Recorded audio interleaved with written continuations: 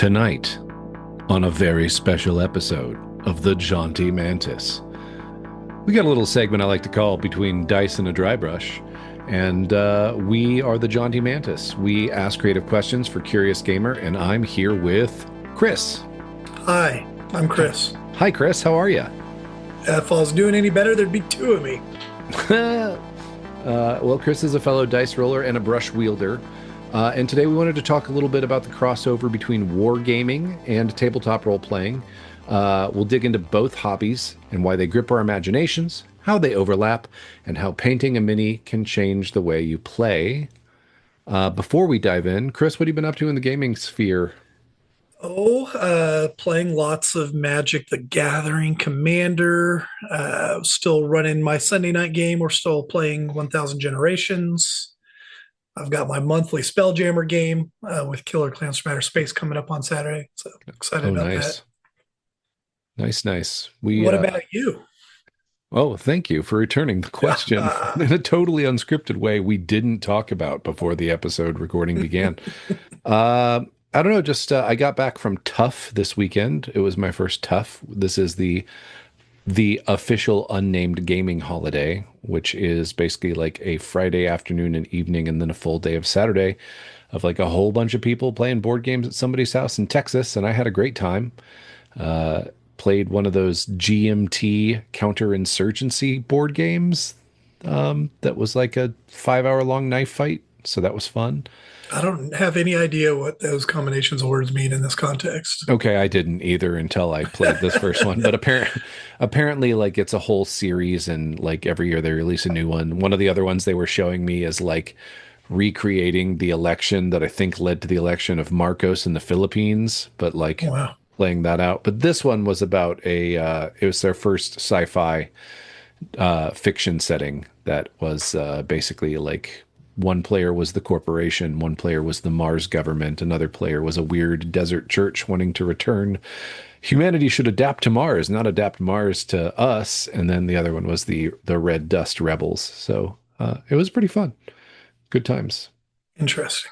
And I played a game called Power Vacuum the only way, it's a trick-taking game, but the only way I can describe it is like the brave little toaster meets the death of Stalin. And so that was a trip. Just a really good time. And then in my Sunday night game, I had a thing that's never happened in a game I've run, the Palladium one where I'm doing Electric Mangrove. One of my players, his character, bit the head off of a tiny god. That's cool and normal. I know. I get so many ways I can go with the ramifications of that action. And the other thing that was really cool is they fought I basically put a gelatinous cube into Palladium Fantasy. And we went through what was probably have been 12 rounds of combat in a normal D&D game, and we did it in about 15 to 20 minutes. Oh, wow. And I was like, wow, this is actually singing. Cool. I guess when you don't have a rule for everything, it's just like adjust on the fly. Right. Yeah, it saves a lot of time when you're not trying to hit all the numbers of a standard D&D combat encounter. Alternatively, you could have all the rules, as we will when we try Rollmaster. Oh, yeah. Which, by the way, I think that is our like most listened to episode. Like I put Rollmaster in the description, and then like 47 people have looked at it on YouTube. The algorithm demands Rollmaster content. This is now a Rollmaster podcast. Yes. We're going to talk about all the different races in Rollmaster and bioessentialism and why it's a thing. I live, laugh, love it. Okay. So for our main topic tonight, as always, we're going to start with shared origins. Chris, I know you've told me this, but I don't know if you've ever said it on the air. How did you get into wargaming, and what was your gateway game? Oh, man. Are you familiar with Battle Masters? Was that like a board game that has some like GW looking minis to it? Was a collaboration between one of the major board game publishers and Games Workshop in the 90s, 1992. Two-player game played on like a giant 4x4, like thin plastic mat printed with like a countryside. And it had miniatures from the Warhammer Fantasy of the time on like rectangular bases, little unit flags on the back. Didn't Sam have a copy of that at Little He Shop? did, and I bought it from him when the shop closed down and combined it with my childhood copy. So I had a complete undamaged copy. Oh, nice. We should play it sometimes. It'd be great. I'm 100% in for that idea. Um, cool. Hey, don't tell my little brother, but I notoriously cheated him at that game in 1992. Okay, I've gotten better. But the unit activations were based on a deck of cards for each side. hmm And so if your little brother is too young to notice, you can just kind of shuffle your cannon or your big troll if you're playing the chaos side. So they come up when you want them to. Yeah. Oh, nice. Stacking the deck. That's cool. Um, so your first one was Battle Master. How long did it take you to move into Warhammer? Oh, man. Probably a solid 10 years. Oh, wow. I Okay. had a coworker get me onto it. I mean, I had seen it in the game shops, of course, but it was for the people that had disposable income, jobs. Yeah. How about you? When did you start? I think the first time I ever saw one, I mean, it wasn't necessarily a miniatures war game, but like this kid that I kind of played D&D with in my neighborhood had like this Avalon Hill like cardboard chit game that we tried to Oh, play a yeah. couple of times. But like my first actual mini wargaming experience was when my friend, like one of my best friends growing up, he was friends through his parents with a bunch of kids that went to private school. And the older brother of one of these kids had started a gaming club, I think after reading how they do it in England in White Dwarf, Right. called the Chalice of Sorcery. And like he wrote a newsletter for like the six of us, and we all wrote articles for the Chalice of Sorcery Oh, yeah. newsletter. And I joined, and I think my first game I played was 40K, and I had Eldar, and this would have been second edition Oh, wow. 40K. So I had Eldar, and then we also played, oh, what was it, Mana War? Oh, Like the they were, sailing. yeah, the sailing one. They were really into Mana War, but that one was like going out of print right as I joined, so I never had a Mana War fleet. And then I got into Warhammer Fantasy, and I had an undead army with the old Pumpkinhead Nagash. Very cool. So that was, yeah, that was like middle school, early high school Yeah. times was the Warhammer, and I never really kind of stopped playing Warhammer from then. Any other mini games that you've played or spent any money or time on Oh, man. for the bona fides? Warhammer, I had Demons and Nurgle for 40K. So I've also dabbled with them in games with you and Will, playing Age of Sigmar. Never played Warhammer Fantasy proper. Played a little War Mahords, I had a hmm Circle Force. I bought the box set with the Circle and Legion of Everblight. But that game was so like chess like, and I never was at the point where I knew everybody else's faction well enough to not just get like surprise, you're in check. Yeah, I had a War Mahords Girl Summer Yeah. when I was working at Little Shop, and so I had like a couple of different starter boxes and a fairly substantial Retribution of Syra army. Yeah. But like we played with each other, like the guys that I was in a game group with, we played with each other, but we tried to go down to Games HQ, and like the broader community was just like not friendly. Oh, Like yeah. somebody accused us once of being really insular, and I'm like, you all go hard for turn two kills without explaining to us what's happened, and we've never played before. Right. One of you picked up one of our dude's miniatures and threw it when you were mad. Like, Ooh, yeah, yeah. can't be We're not doing that. insular. You all just need to be better people. Yeah. Well, I think everybody's had at least one weird gaming experience at Game HQ in our area. Yeah, that's true. That said, I don't mind shopping there, but I don't Huh, really play games there. cool, cool. Yeah, I'll stop through when I'm in the neighborhood, pick up some paints or something, and Yeah. see what weird gaming supplement they have. Uh, I've also dabbled with dystopian wars. I had a couple months where I was doing like first edition Infinity. Um, you and I both kind of suicide pacted into Star Wars Armada for a minute. Oh, yeah. There was Star Trek Attack Wing as well. You played Uh, X Wing I a lot, right? I played quite a bit of X-Wing and still have my stuff. Haven't played it in years. I have all of Sam's Star Trek Attack Wing stuff, including shop promos. from Little Shop of Games. So never played it though.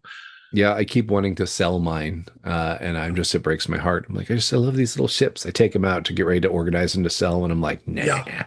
I started inventorying mine when I'm like, I could really use some extra gaming money. And then I got halfway through it and stopped. Yeah, like which tokens came with this? Oh, Oh crap. man, it's a lot of work. So much. Okay, cool. I've lately been thinking, oh yeah, also back in the day, and I have it now, but like I really, really liked Necromunda and Gorka Morka back in the day. Both of those sound amazing. Never had a chance to really play them. Which is to me, that's where a lot of this conversation about the bleed over between TTRPGs and wargaming kind of comes from, is these little warband skirmish games. I keep seriously considering trying to like give Frostgrave a try. Um, This and is the, the Age of Sigmar equivalent to Necromunda, or no, no, no. Frostgrave is just like a game designed to be played with whatever minis you oh, have, where you okay, have a warband with one wizard, and like it's a lot more narrative. It's got campaign modes. yeah, The other reason too, I should explain to the audience, the reason I wanted to talk to Chris about this is that Chris is the organizer of our Warhammer 40K games and does really likes and has us play the Crusade rules, where your guys, you should name them, they kind of level up, get abilities, and there's more of a narrative thrust to that than just straight 40K battling. yeah. That's to bypass a lot of the questions we discussed and get right to it. Like the more I treat wargaming like a role playing game, the more I personally enjoy it. I'm never going to a Warhammer tournament, uh, but narrative events sound exciting, and having the guys I've spent so much time painting get more interesting as it progresses is just exciting, compelling, and seeing. I know the previous one we did, I had a Death Guard Lord make his way to Demon Prince over the course of the campaign. Have you had your I know you tend to bounce between factions, but have you had any A of little your bit. characters or units have notable development in these Crusade campaign Um, games? no. The closest thing is like with my Necrons getting to like activate our hyperspace nodes and do some cool stuff with them. But yeah, I was thinking I was going to do it with my Chaos guys this time, but they have just been losing. Right. And so we are pretty low on the glory. The Ruinous Powers are probably reconsidering their investment at this point. Yeah, my Adeptus Mechanicus cannot get any of their greater resource from their codex, from their Crusade rules to save their robotic cyborg lives. How about your top character or unit names? You tend to be very good at naming stuff. Oh, Scavos the Flincer and Viscarth, Count Viscarth, the thrice cursed. Uh, yeah, no, I really enjoy naming those guys. And then the moment they're on the table, I forgot what I named them, but they have a cool name on my army Yeah, roster. yeah. um, the other thing I've been thinking about too, just to kind of is I have all these like Morkborg adjacent skirmish games. Like this one here, Dread Knights, sort of gothic crews and cemeteries, and they all the scenarios are sort of like there's random monsters that come around, and you kind of want to run away from them while you're trying to get coins. It's not just fight the other guy. I'd Oh, really like interesting. to get a chance to play one of these with you. And I got Forbidden Psalm, and then this is the Cyberpunk space one. You can kind of use any minis you have, Well, and I happen to own a ton of HeroScape models, along with D&D models and Star Wars models and Warhammer models, and yeah, we should I do think we that. could definitely have a fun time with that. Yeah, it's a thing I've been hearing about on a lot of other podcasts. It got me inspired for this episode and something I'd like to try. But let's feel it out before we do. Um, was there a moment? Has there been a moment where you the two hobbies of TTRPG playing and I recognize too that you are a forever GM more so than a player, but where the two hobbies kind of blurred together? I did use the aforementioned Battle Masters miniatures in my fourth edition campaign when they fought a pitched battle at one point. So I had them take their character models and then whatever unit they were helping or fighting with, they'd be there on the battlefield. And so they were fighting the humans because I made the goblins the good guys in our campaign just to be, different. Yeah. But that was pretty fun. And I just used like kind of modified um, not horde rules. Would you have like swarms almost? Okay. Whatever the swarm Minions and equivalent was 40. for fourth edition. Yeah, Okay. something to represent multiple things. And then I think I had them get, weaker as they took hits and things. But it still mostly kept the action on what the players were doing, but they got to kind of control their side. You've also done some really cool stuff like the fog battle against their shadow doppelgangers. Oh I yeah. remember you showing me pictures of your table setup where it's covered in like cotton gauze, like, and you've got minis going on. So that Yes. could be a pretty cool wargaming scenario. Yeah, for sure. Yeah, it was a bunch of polyfill from the craft shop to represent a magical fey fog that had rolled in. So they had to just clear a little spot around their character, and I had randomly generated the terrain and put stuff on the Chessex mat in addition to the various drawings to supplement it. That was a good time. Definitely memorable, and that's why I learned all my players have ADHD and they need fidget toys because everybody was so much more engaged because they had polyfill to fiddle with the whole time. Hmm. Do they have minis, particular for their characters in your camp in that campaign? Oh yeah. And they Yeah. did they get attached and people bring or paint their own, or you just provided them and they're like, this is me though. Mostly, I brought my large collection of D&D miniatures and let them pick something close to what they envisioned. We did have a Warforged that through the campaign ended up like switching bodies. And so I took a Hulkbuster and painted it, a Marshall metallic gray, and put an axe I'd clipped off another model onto his hand, sculpted some flames onto it. Cool. That sounds awesome. Um, let's talk a little bit about mindsets and motivation between the two hobbies. I'm going to tweak this question that I sent over earlier, so hopefully I won't blow you up. But do you feel that what are the similarities in mindset to playing a miniature war game and playing or running a tabletop role playing game for you? Yeah, I don't know a lot of similarities that come to mind. It's more the contrast. Okay. Uh, War games tend to be more competitive, even if we play them for fun. You're still kind of playing to find out who's going to win based on two people's tactics and their strategy of building their list and how it interfaces with the mission. That's usually been randomly generated. Whereas in an RPG encounter or session, you're more playing to find out what happens with the story. I always say everybody's on the same side of fun, which is, I mean, true in the greater sense, at least our wargaming crew. But I don't know. Did you have a take on that? Um, I'd like to for there to be more similarities, but I Yeah. think to do that, I need to play like a smaller scale skirmish game where the war band takes on kind of more of a character. Because like Right.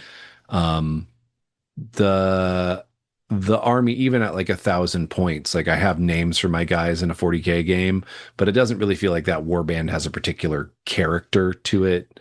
And maybe it's just that I'm not getting enough games in because it takes so long to play a game of Warhammer Right. 40K. It really does. Uh, And I have a this lot is of a hobbies and a podcast and a and a full-time lot of job and two Warhammer children. armies. Yes, Yeah. I do have a lot of Warhammer armies. Hey, they're about to release the Chaos Knights book. Excellent. You can switch back to them. I know. Uh, I've been talking with Will about our next Crusade campaign when we wrap up the current one and ways to make it more engaging and more narrative. He's got the old uh, hexagon plastic tiles that they released circa what I don't know, fifth or sixth edition, Oh yeah. and we don't want to play like a uh, scenario where you are taking over uh, planets and things. We don't want to track regions, but we were talking about tying them to individual missions as part of a mission select thing. So like this this tile represents playing on the Mars board or the city board or the lava obsidian board, and there's like three missions available for each one. So kind of vaguely pre-planning a mission tree and finding a way to encourage the participants to choose the mission and suit it to their faction's story, right? Hmm. And then I got to thinking today after I saw the proposed questions for tonight's topic, like what if we gave, and this might be a terrible idea, but what if we made Warhammer even more complicated? Hear me out. Yeah, okay. What if your army had like three stats? And I don't know, they might be like ferocity, tactics, and logistics, or something completely different. But to suit the character of your war band and their leader, and everybody get to define their own, and that might affect what missions you select or who your opponents are. I don't know. I kind of want to brainstorm that if that makes you think of anything. No, it does. I think I have two solutions for it, both of them highly impractical. Yes. Solution one, screw it. Let's just play Necromunda. That's already in there. Uh, like it's already there. So yeah, Necromunda. There we go. But I would never ask people to buy new armies because, that's a thing. And I don't have enough to provide everybody with them. But we have the terrain. Hey, I've got a ton of Chaos Cultists, and I'm pretty sure there's rules for them in There Necromunda. is. You can have a Gene Stealer cult gang, a Chaos cultist gang. Like, there you go. You're ready to go. You're ready to play. And I think the other one is like, hear me out. Play Rogue Trader. Yeah, Like, actually the get the old RPG. Rogue Trader book. No, the Rogue Trader book, Oh, which is from pre-second edition, yeah, where the you need original a Warhammer. GM to run your battles, and it's like Yeah, not balanced or fair, and there's like scenarios, and it tracks like that. But like all the rules for how to do that are in there, and I don't know. I'm curious. it might just be as simple as having the players say what is your faction after, what are they fighting for, or what does their honor or drive or motivation hinge on, so that as the Crusade campaign game mother, I can help steer the story. Just lean into the same things we hopefully do with our RPG campaigns. Yeah, cool. We should experiment with some things, and Yeah, I think we should experiment with one of these Morkborg based skirmish games. let's go. Like we'll give it a try, or I'll see if I can get Stargrave, the sci-fi version of Frostgrave.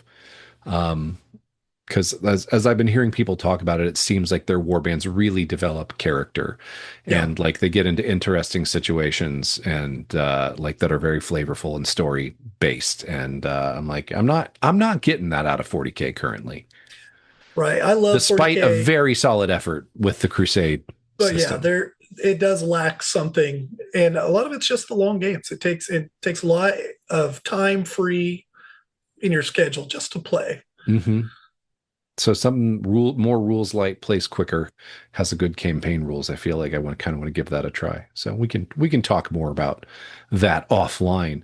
Um, do TTRPGs and tabletop wargaming scratch a similar itch for you, or primarily different itches? They're adjacent, I would say. Hmm. Same for me. When uh, a friend of mine in the monthly game loves Pathfinder, and that's what she wants to play. Wants to get in the nitty gritty of character building and have combat, have so many options. And I'm like, that's cool, but remember when you came over to learn Warhammer? Like that's where I scratched that itch, Hmm. And I'd rather scratch my storytelling itch, uh, and see my friends collaborate, and uh, when I'm playing my tabletop RPGs. Or you could be Do you like, I hear you saying Pathfinder, but have you considered Rollmaster if you Yeah. want Yeah, specific actually, options? this is the same person I'm adding, if schedules work out, to our Rollmaster game. Oh, So hell yeah. I I'll cannot show wait to her play. a rules heavy game I've still system. got Grumpum Bum right here on my desk next to me. Excellent. You were about to ask a question. Sorry. Um, I don't know. When it comes to the hobby side of things, do Hmm. you paint a lot of models for your RPGs? I typically repurpose ones I painted for a war game Yeah. for my RPGs to have when I use models in RPGs. And I how will. often are you using miniatures for your RPGs? It depends on the complexity of the combat. Like if it's just going to be like if I have like a random encounter come up, like I'm not busting out the minis. But if I have like a big set piece battle, I might, and a good map, I might bust them out if I'm playing in person. I think I actually do a lot more with miniatures when they're virtual tokens when I'm playing with like Roll20 or Foundry, Yeah. because that's just easier to just drag and drop them on there and, have everything ready to go. I love the tactileness of real in-person miniatures, but yeah, the ease of just finding art and making a token on Roll20 compared to selecting and perhaps modifying and then painting a miniature. Yeah. It's a lot bigger investment. But the players having a physical avatar that they can hold in their hand for their character, I think that does something for them, even if you don't use a lot of miniatures, even if your combat's more theater of mind, you know. Yep. It's still useful just to get a general sense of position, even if you just sketch something out on paper and say, hey, put your token kind of where you are to get an idea of the battlefield. I did get when I was playing in when someone else was running the game during our Sunday night group, and we were playing the Lost Mines of Fandelvin, and I was playing the Warforged Warlock Harrow. It was a character I really, really enjoyed. My brother-in-law got a Hero Forge mini of Harrow, like this robot torso wearing a long cloak, and I painted that. That's very cool. And just would, even though we were playing virtually, I would just have it set on the desk in front of me when we were playing sessions because like this is my token for my character. So Right. Like what do they call them in the movie where they have to kick you so you can come out of the dream? You know the one that changed movie Inception. Thank you. Got it from the editor. Uh do they call them tokens in that? They have to have something to tell if they're in the dream or not. So I uh tell them if I'm role playing or not, I need my miniature in front of me. oh yeah, because otherwise you'll just do Amazes and Monsters like Tom Yeah, Hanks, and exactly. That's how it happens. we lost so many gamers in that first generation from them not having a token to remind them that it's not Well, it's not even real. if I can't think of what to threaten the players with in a D&D game, I will go through my miniature collection, even if we're playing virtually, or if I don't know if we'll use a battle mat, I'll find a cool miniature I own and just have it to show them or to look at while I imagine what the conflict might be like with this creature. Yeah, I do love it when I've got a good mini for like a gross monster they're fighting. As we talk, actually, I have the spearhead for the flesh eater courts for Age of Sigmar Oh yeah. sitting mostly painted on the desk right in front of me. And there's this unit in them called the Morbeg Knights, who are basically ghouls on top of giant ragged wing like bat wolf monsters that are like flying cavalry. And one of them, like in particular, this guy, I don't know if the camera will focus. I'm holding the miniature up, audio description, has a Very amazing. banner of flesh, like just like waving. I'm just like, I need to put these as bad guys in a D&D game. Like, Have you used wargaming models as enemies in yeah, your oh games yeah, before? oh yeah. Because I have so many death armies that I've been into for Age of Sigmar, because that was always my first love. Is like skeletons and vampires are cool. And they're perfect monsters in an RPG. Anytime we fight undead, I'm like, hold on a second, and I just go grab a handful of skeletons and ghosts and be like, ooh, let's go. So we I did used actually in a fight against Slod. I had just come back from the guy trip in Kansas City where Maddie had brought our old miniature collection from the apartment we shared that he had saved in a giant Ziploc bag. And just like, these are yours now, take them home. And I had a Slod miniature in there. So I was like, yeah, there we go. it all came together. Pre-painted D&D miniature, green Slod. This is what this thing looks like. Deal with it. And then they dealt with it pretty severely. So Yeah, there we it's go. usually the way. Uh, do you think for like a gaming group, you mentioned competition earlier, do you think for a gaming group, the social dynamics are different than from like a TTRPG group to a wargame group, or pretty similar? Or Yeah, I think showing up to, head to head battle someone is a different vibe from showing up to, be vulnerable and embody characters and uh, make up things and imagine. I mean, not that we aren't doing that on various levels with our very chill wargaming group, but it's still like you're going to go off to this table and get like real in the weeds with rules and piles of dice and line of sight measuring. yeah, we do have a remarkably chill Warhammer group though. Like, Yeah, too chill. I've had to tell a couple of people like it's okay to win. Like you don't have yeah. to pull your punches. I've tried to not pull my punches, but I'm just not great at leading chaos warbands. So Right. No, I've seen you go hard when you have a good army and you know it. Yeah, And my Necrons yeah, are a war crime, and I feel yeah. bad So about if it. I do beat you because of that, I don't feel bad. Okay, good, good, good, good. Um, we kind of talked a bit about this already, using wargaming rules in a tabletop RPG. We kind of skip over that question. Have you ever had a unit or an individual model other than your Chaos Demon that developed its own story over time? I've had like cultists when I was playing my Death Guard army in a previous Crusade campaign that never did much of anything except sit on an objective and try not to die. Hmm. And so I developed uh, the champion. Like he got a name. I think I even changed the unit name in the next campaign to reflect that he became the head of that band of cultists. And so even though he might not be the guy in charge anymore, he might be dead, like, warp travel, timey-wimey stuff. He might be dead generations ago by their viewpoint, especially if they're going off to live in the Eye of Terror or something. But yeah, that's the main one. I mean, I love naming my demon engines and imagining that, but they don't have as much character, right? When it's just an unhappy demon uh, cooperating just enough to pilot a flesh and metal hybrid machine to spray plague goop on people.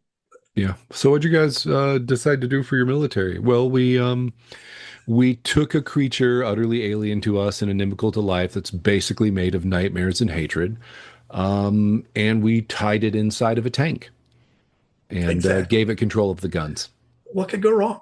Nothing. Sounds like a perfectly good way to have a tank.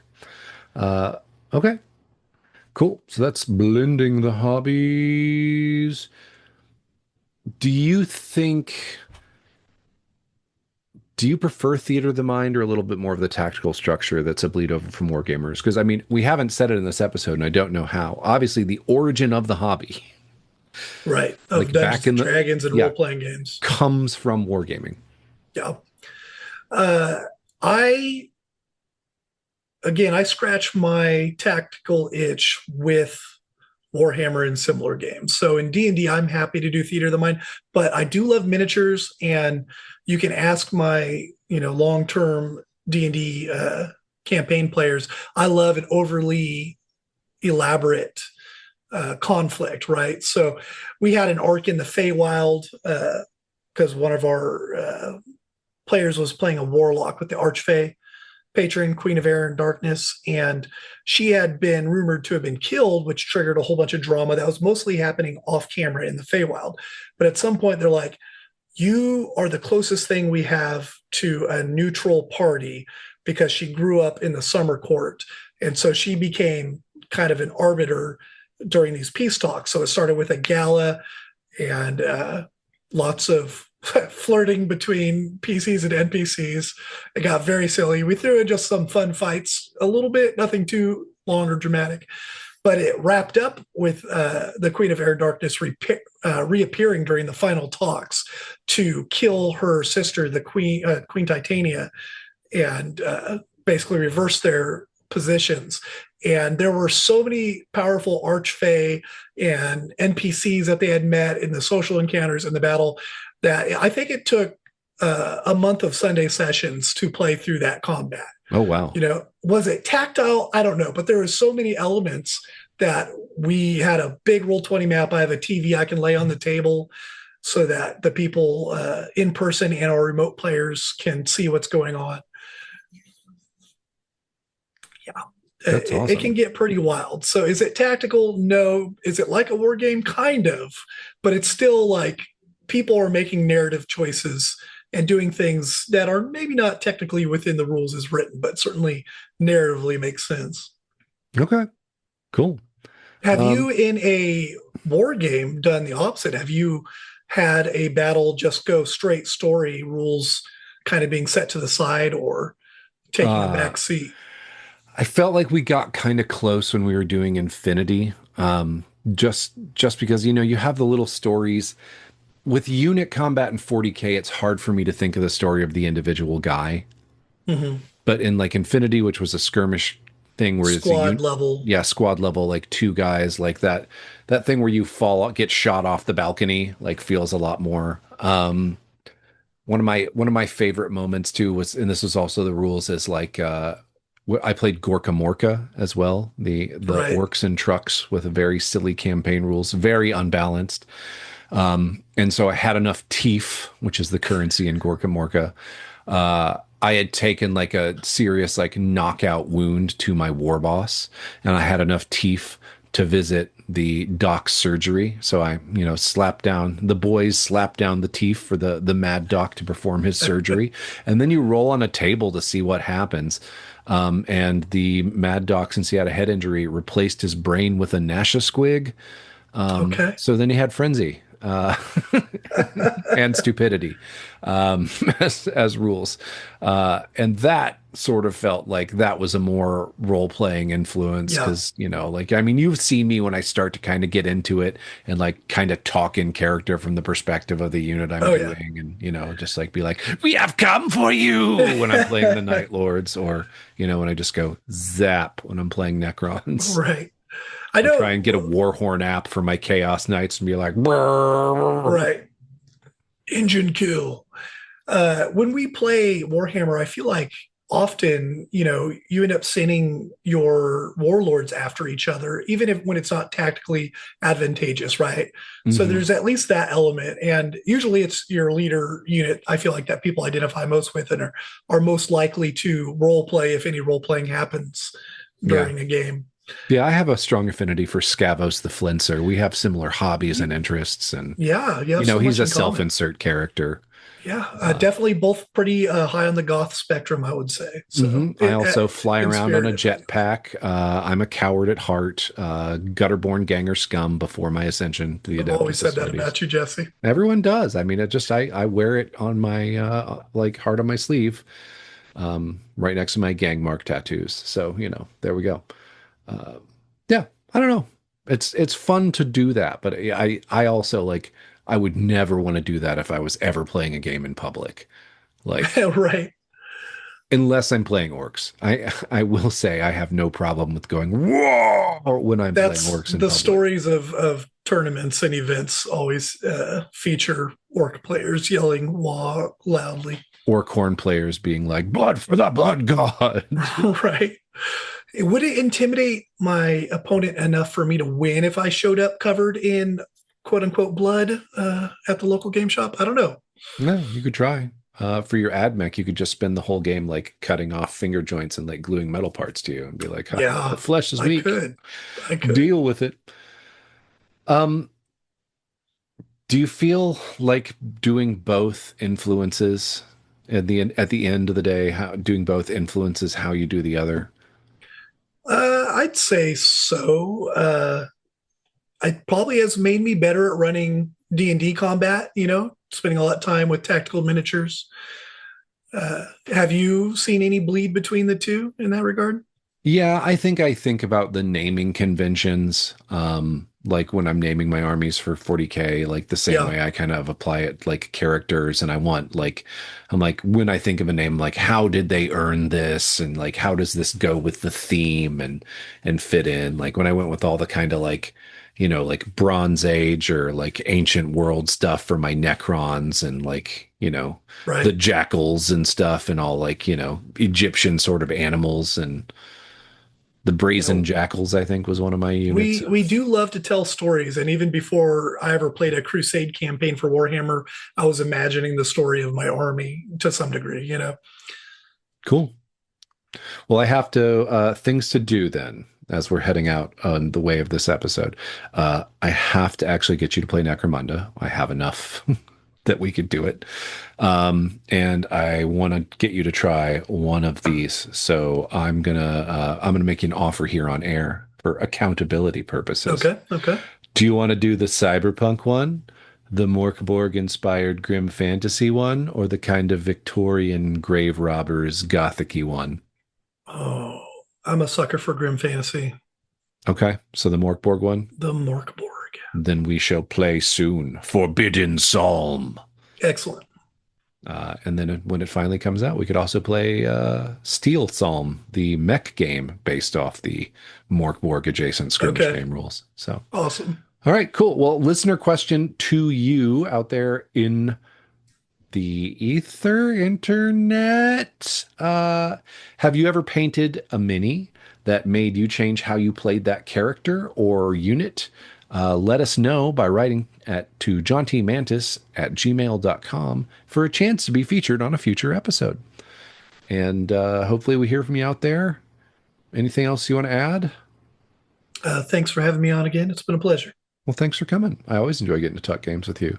So, whether you're chasing victory points or a dragon, there's something powerful in holding your story in your hands, especially if you painted it yourself. Thanks for listening to the Jaunty Mantis, and until next time, get out there and play some fucking role playing games or something. Yeah. Did I come off real aggressive on that? It sounded like Not aggressive enough, actually. get out there and play some fucking role playing games. Now God yell damn it. log like you mean it and wake up your kids. Don't do that. I just did. Keep telling great stories. Mantis out!